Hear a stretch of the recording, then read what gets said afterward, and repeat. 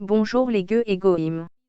Je vais essayer de vous expliquer simplement le projet de loi relative à la sécurité globale enregistré à l'Assemblée nationale le 20 octobre 2020. Rien que le mot global devrait déjà vous mettre sur la piste. Je vous passe rapidement le nom de tous les députés complices de cette tentative de mise en esclavage du peuple. Tout d'abord, il nous explique que les effectifs de 250 000 policiers et gendarmes ne sont plus suffisants pour protéger Macron et sa clique. Ils vont donc rajouter les 21 500 policiers municipaux ainsi que les 165 000 agents privés de sécurité pour renforcer sa garde prétorienne. Je vais d'ores et déjà ouvrir une parenthèse pour vous faire remarquer que jadis on appelait la police et gendarmerie les gardiens de la paix et que maintenant ils s'appellent les forces de l'ordre. Nous allons commencer par les nouvelles attributions que cette loi liberticide met en place, à savoir une surveillance renforcée de la population, par des drones équipés de caméras à reconnaissance faciale, qui leur permettront de filmer les meneurs, et les suivre en dehors de la manifestation ou jusque chez eux pour les interpeller plus facilement. Je vous laisse méditer sur le fait que ces drones sont mis en activité non pas pour surveiller ceux que l'État protège, et actifs pour faire les attentats, mais bien pour surveiller la population qui ose se rebeller contre ce gouvernement machiavélique et génocidaire. Pour rappel, tous les attentats commis en France depuis des décennies ont permis d'instaurer toujours plus de lois liberticides et totalitaires.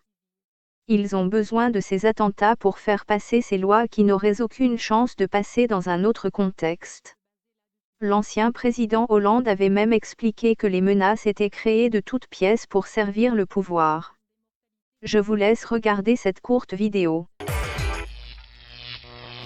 Est-ce qu'aujourd'hui, dans notre pays, vous, François Hollande, vous trouvez que les choses sur les libertés sont en danger? Je crois qu'au nom d'une cause qui est juste, nécessaire, lutter contre le terrorisme, on est en train de faire des amalgames et des confusions.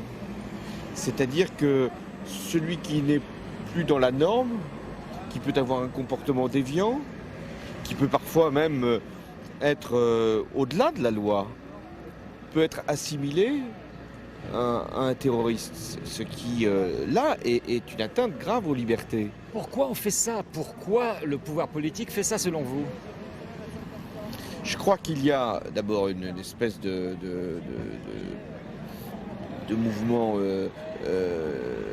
politique, c'est-à-dire de donner le sentiment qu'il y a une menace et que le pouvoir y répond. Donc il y a une intention politique qui est... Ils inventeraient la menace alors?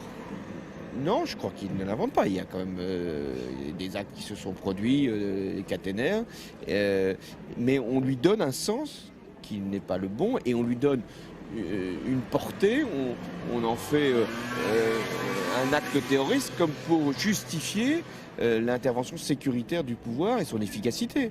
Et puis deuxièmement, il y a une forme de dérive sécuritaire qui justifie des lois sans cesse plus répressives au nom d'une menace qui parfois est réelle et parfois, on le voit bien, est virtuelle, voire même inexistante.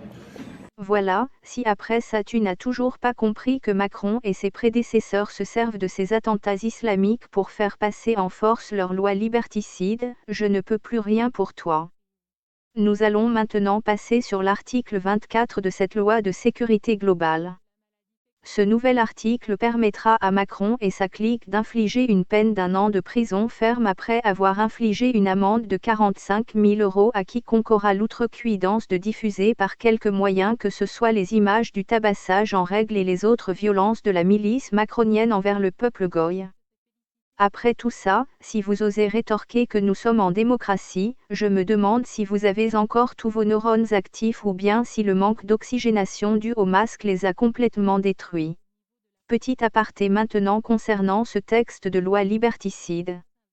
Les dispositions de cette nouvelle loi macronienne sera bien sûr à notre charge financièrement car là où Macron passe, le peuple goy paye. Une nouvelle taxe sera mise en œuvre pour couvrir les dépenses de notre surveillance renforcée. Et oui, peuple goy, tous les moyens seront mis en œuvre pour à la fois vous dépouiller et vous surveiller. Il est maintenant temps de se réveiller car Macron et ses maîtres ont vraiment l'intention de nous anéantir par tous les moyens dont ils disposent. À savoir, les masques dangereux pour votre santé et surtout celle de vos enfants. Le Rivotril pour éliminer nos aînés. Les vaccins qu'ils nous préparent. Et pour finir les autres actes terroristes dont ils seront encore et toujours les instigateurs pour vous faire accepter tout ça.